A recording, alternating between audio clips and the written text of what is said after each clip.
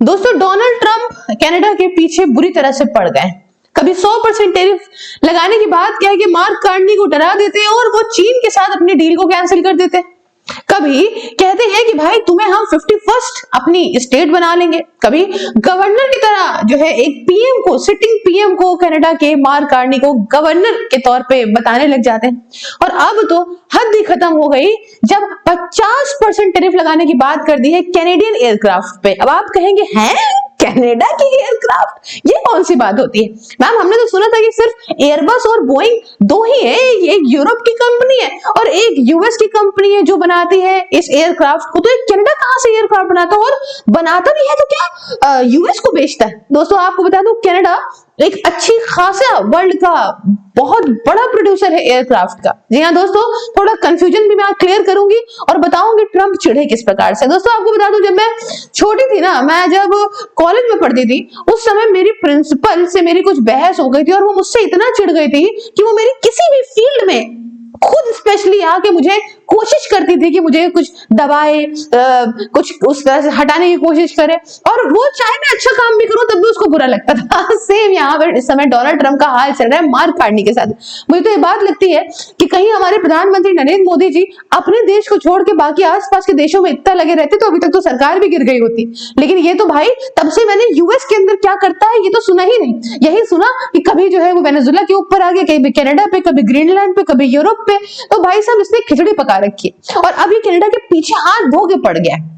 आप हर तरफ खबर देख सकते हो। इस लेक्चर के अंदर हम दो बातें करेंगे, एक तो 50% टैरिफ जो है लगाने वाला है, डीसर्टिफाई करेगा कनाडा के जेट्स को, और दूसरा क्यूबा से ऑयल देने को लेके, मतलब कनाडा क्यूबा को ऑयल एक्सपोर्ट कर रहा है उसको लेके भी यहाँ पे चर्चा करी जाएगी क्योंकि उसको लेके भी टैरिफ लगा रहा है। आप देख सकते हो Trump threaten 50% tariff on Canadian aircraft sold to US. अब आप कहोगे पहले मुझे यही कंफ्यूजन मैम बता दो ये क्या है, और ये बॉम्बार्डियर एयरक्राफ्ट कौन सा है जो हमारे यूएस ले रहा है कनाडा से। आप देखो दूसरी खबर क्या है कि Trump threatens tariff on Canada planes and nations selling oil to Cuba. चलो आओ चर्चा करने का प्रयास करते हैं क्या है क्या नहीं है, क्योंकि बॉम्बार्डियर ने कह दिया है कि चलो हम बात करेंगे कनाडा से ट्रम्प की इस धमकी के बाद में कि वो डीसर्टिफाई कर देगा। आप इस प्रकार से कुछ एयरक्राफ्ट देख सकते हो, ये सब कनाडा बना रहा है। अब यहाँ आप कहोगे क्या ये बॉम्बार्डियर एयरक्राफ्ट है?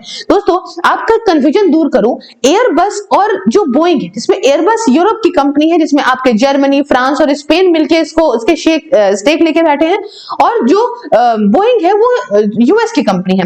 इन दोनों कंपनीज के जो द्वारा बनाए जाते एयरक्राफ्ट हैं वो कमर्शियल बड़े बड़े एयरक्राफ्ट होते हैं जिसमें 150 से 400 पैसेंजर तक बैठ सकते हो। लेकिन अगर हम बात करें बिजनेस जेट्स बनाने की, प्राइवेट जेट्स बनाने की, तो उसमें कई सारे और देश भी इन्वॉल्व है, जिसमें कि कनाडा एक बहुत बड़ा मैन्युफैक्चरर है जिसके अंदर बोइंग और एयरबस इतना ज्यादा नहीं इन्वॉल्व होते।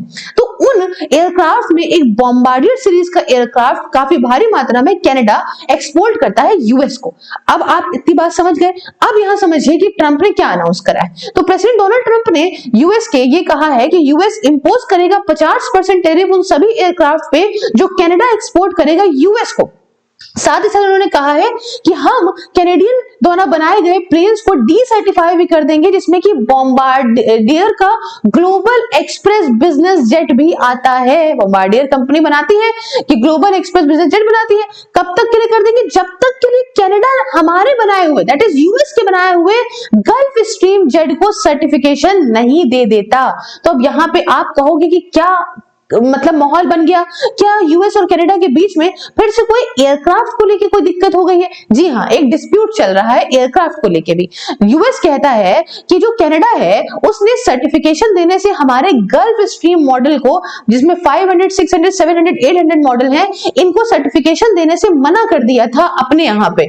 और यूएस ऐसा सोचता है कि भाई अगर सर्टिफाई नहीं कर रहा है कनाडा, इसका मतलब इस प्रकार से अमेरिका द्वारा बनाए गए जो एयरक्राफ्ट है उन्हें कनाडा की मार्केट का एक्सेस नहीं मिल पा रहा है। तो क्यों ना कनाडा की बनाई गई कंपनी के अंदर जो एयरक्राफ्ट बनके यूएस में आ रहे हैं हम उसके ऊपर भी यहाँ पे टैरिफ लगाएं, क्योंकि ये कनाडा द्वारा करा हुआ एक अनफेयर ट्रेड बिहेवियर है और इसलिए हम अपने टैरिफ और रेगुलेटरी टूल्स का यूज करेंगे जिससे कनाडा हमारे सामने झुक जाए। दोस्तों आपको बता दूं, हाल फिलहाल मार्क कार्नी पहुंचे थे चाइना पहुंच के उन्होंने एक बढ़िया डील कर ली थी, क्योंकि उनको पता था कि बाद में ट्रंप जो है मेरे पीछे पड़ा जा रहा है, तो चाइना से हम कुछ तालमेल बना के चलते।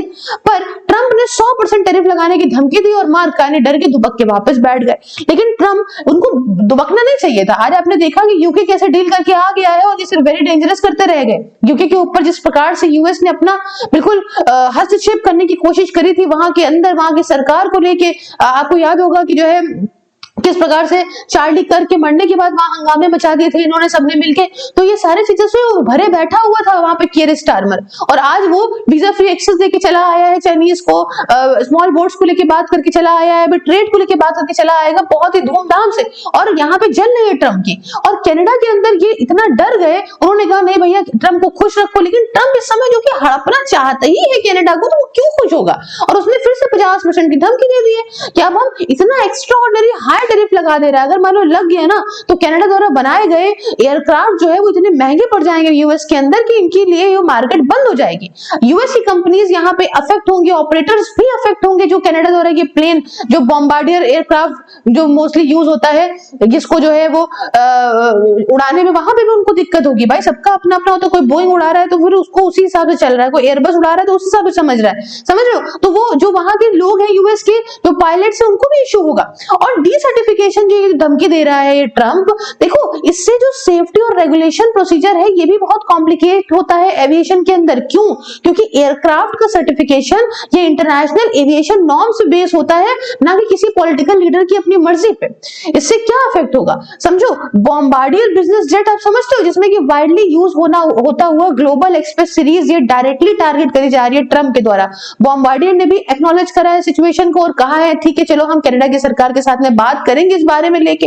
यूएस के कैरियर्स जो ऑपरेट करते हैं कैनेडियन बिल्ड एयरक्राफ्ट को, उसमें भी रुकावट देखने को मिलेगी। और हर बार यहाँ समझाया भी जाता है ट्रम्प को कि आपके द्वारा लगाए गए टैरिफ से आपकी जनता के लिए सामान महंगा होता है, आपकी इकोनॉमी के लिए दिक्कत है। लेकिन आप समझते हो कि सामने वाले देश को दिक्कत है, सामने वाले देश का सिर्फ एक्सपोर्ट रुकता है, उसको दिक्कत होती है, पर दिक्कत आपको भी होती है आज के ग्लोबलाइजेशन के जमाने में। जो आप सस्ता सस्ता सामान लेते हो बाहर से, इस प्रकार से लगाओगे तो अपने यहाँ भी महंगाई लेकर आओगे। एनीवेज ट्रम्प तो पागल है, उसको समझ में तो आता नहीं। अब यहाँ पे दूसरा जो दिक्कत है, उसने एग्जीक्यूटिव ऑर्डर ट्रम्प ने पास कर दिया है जिसके माध्यम से जो कंट्रीज ऑयल बेचती हैं क्यूबा को, उनके ऊपर टैरिफ लगेगा। अब थोड़ी सी क्यूबा की कहानी बता दें दोस्तों। वेनेजुला, आप देखते हैं जब वेनेजुला को मदुरो को उठा लिया था ट्रम्प ने, उसके बाद से हम देखते थे क्यूबा की तरफ से बहुत बोल्ड स्टेटमेंट्स आ रही थी। रीजन ये था क्योंकि क्यूबा सबसे बड़ा इंपोर्टर था आज क्रूड ऑयल का, कहां से? वेनेजुला से। जब कुछ बचा नहीं तो ट्रम्प ने कहा ठीक है अब हमारे ऊपर क्यूबा डिपेंडेंट हो जाएगा। लेकिन क्यूबा अभी फिलहाल लेने लग गया तेल वगैरह, अगर हम बात करें तो मैक्सिको से, कनाडा से। और इसी में ट्रम्प ने एग्जीक्यूटिव ऑर्डर साइन करा है और कहा है कि भैया हम टैरिफ लगाएंगे उन कंट्रीज के इंपोर्ट पे जो तेल सप्लाई करेंगे डायरेक्टली क्यूबा को।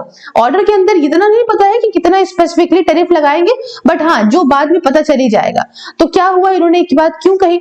इन्होंने कहा कि क्यूबा की सरकार जो है वो नेशनल सिक्योरिटी को खतरा है। क्यूबा उन देशों के साथ अपने रिश्ते अच्छे लगता है जो यूएस के लिए एक हॉस्टाइल ग्रुप्स हैं। उसके बाद अगर हम एक बार इनकी ऑयल सप्लाई को, जो कि बहुत इंपॉर्टेंट है क्यूबा के लिए, अगर हम बंद कर देंगे तो इससे क्यूबा की सरकार कमजोर हो जाएगी इकोनॉमिकली और पॉलिटिकली। आप समझ लीजिए आज के टाइम पे यूएस कहता है कि जो मेरा दुश्मन है वो तुम्हारा दुश्मन भी होना चाहिए, जो यूएस को फायदा नहीं दे रहा है वो तुम्हारे को भी फायदा नहीं देना चाहिए। मतलब वही वाला दोस्त हो गया है यूएस, जिसमें आप देखते होंगे कि अगर मैं तुमसे बात नहीं कर रहा हूं तो मेरा दोस्त भी तुमसे बात नहीं करेगा। अरे दोस्त से क्या मतलब, उसकी क्या पता अच्छी दोस्ती हो। लेकिन नहीं, यूएस कहता है हमारे हिसाब से इस समय दुनिया चलेगी। तो ये क्या इफेक्ट हो सकता है इसमें? Mexico one of the Cuba का मेन ऑयल सप्लायर है। वेनेजुएला शिपमेंट जब से रोके गए उसके बाद से तो वो तो डर गया है मैक्सिको, उसने भी कहा ठीक है हम अपनी सप्लाई कम कर देते हैं। दूसरी जो कंट्रीज है जो हो सकता है शिप, क्रूड या पेट्रोलियम प्रोडक्ट्स क्यूबा को देती हूं, इनको भी टारगेट कर दिया जाएगा। समझ लीजिए यूएस की सरकार के रीजन क्या है कि हम यहाँ पे अपने एग्जीक्यूटिव ऑर्डर जो कर रहे हैं इससे नेशनल इमरजेंसी पावर्स को इन्वोक करते हैं, ठीक है, और हमें यहाँ पे अथॉरिटी मिलती है कि हम पनिश कर सकते हैं जो यूएस समझता है कि ये देश की सिक्योरिटी को खतरा है। यही बात यहाँ कर देता है। अच्छा, क्यूबा का रिस्पॉन्स क्या आया? क्यूबा की अथॉरिटीज ने कहा कि बहुत गलत बात है, ब्रूटल एक्ट है अग्रेशन का, आप किसी को दबा रहे हो, ब्लैकमेल कर रहे हो और क्यूबा को पूरी दुनिया से अलग करना चाहते हो, इससे इकोनॉमिक क्राइसिस और ज्यादा खराब हो जाएंगी। मैक्सिको ने क्या कहा? मेक्सिको को भैया प्रेशर फेस हो गया, उसकी बाउंड्री लग रही है यूएस के साथ में। ऑयल शिपमेंट क्यूबा से जो वो देता था उसने कहा हम कम कर देंगे भैया यूएस के टैरिफ थ्रेट के चलते। और मेक्सिको के प्रेसिडेंट ने भी कोशिश करी है कि किसी तरीके से डिसीजन को सोवेरियन फ्रेम करे कि हमारे देश आजाद है और हम जो है वो हम करेंगे ये है वो, जैसे पहले उन्होंने कहा था 15% टैरिफ के बाद में। बट यहाँ पे एनर्जी फ्लो कम होते दिखा है क्योंकि सबको पता है कि यूएस ने कुछ भी कर दिया तो हम कहीं के नहीं रहेंगे। अच्छा, कनाडा का क्या रिएक्शन आता है? कनाडा की गवर्नमेंट और एरोस्पेस इंडस्ट्री ने ऑफिशियली कोई रिस्पॉन्स नहीं किया है, बट एक्सपर्ट्स ये वार्न करते हैं कि इस तरीके से डिसर्टिफिकेशन का जो खतरा आप देते हो ना, इससे बहुत बड़ी दिक्कत पैदा हो जाएगी। एरोस्पेस इंडस्ट्री जो है वो डीपली इंटीग्रेटेड होती है नॉर्थ अमेरिका के साथ में, और आपके यहाँ भी जो एयरक्राफ्ट की दिक्कतें पैदा हो जाएंगी। अच्छा बात समझिएगा, यहाँ पे सिर्फ और सिर्फ क्यूबा की कहानी है, कनाडा की कहानी नहीं है। वो फ्लो में मेरे मुंह से निकल गया, ठीक है। अब ये सारे मूव्स क्यों मैटर करते हैं यहाँ पे समझिएगा। ट्रेड और इकोनॉमिक इंपैक्ट की अगर हम बात करें तो टैरिफ पर्टिकुलरली हाई जो लगेंगे 50% तक के, इससे प्राइसेस इंपोर्टर्स के कंज्यूमर के बढ़ेंगे, सप्लाई चेन खराब हो जाएगी और रिटेलिएटरी एक्शन भी हो सकता है कि फिर यहाँ पे जो यूएस के एयरक्राफ्ट जा रहे हैं या तो फिर कनाडा झुकेगा या तो फिर उन पे भी टैरिफ लगाएगा, जो कि टैरिफ लगाने के हमको चांसेस लगते नहीं है, ठीक है ना। तो सारे कुछ है। अब एविएशन में ये सब कहां से चला आ रहा है, जो ट्रंप और ट्रंप के बनाए हुए सारे चीजें ही जाने।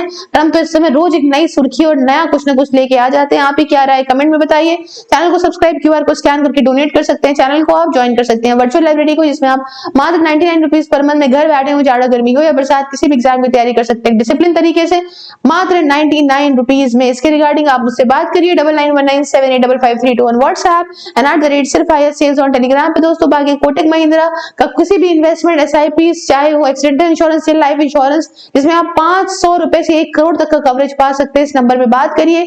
मेरा कोड सिर्फ IAS बताने पे आपको मिलेगा 20% तक का डिस्काउंट। दोस्तों सभी सोशल मीडिया के लिंक इंक्लूडिंग व्हाट्सएप डिस्क्रिप्शन में हर जगह फॉलो करने के साथ साथ मेंबरशिप को भी ज्वाइन करिए फॉर वेरियस पर्क्स। मिलती हूँ नेक्स्ट वीडियो में किसी नए और इंटरेस्टिंग टॉपिक के साथ, तब तक के लिए जय हिंद जय भारत।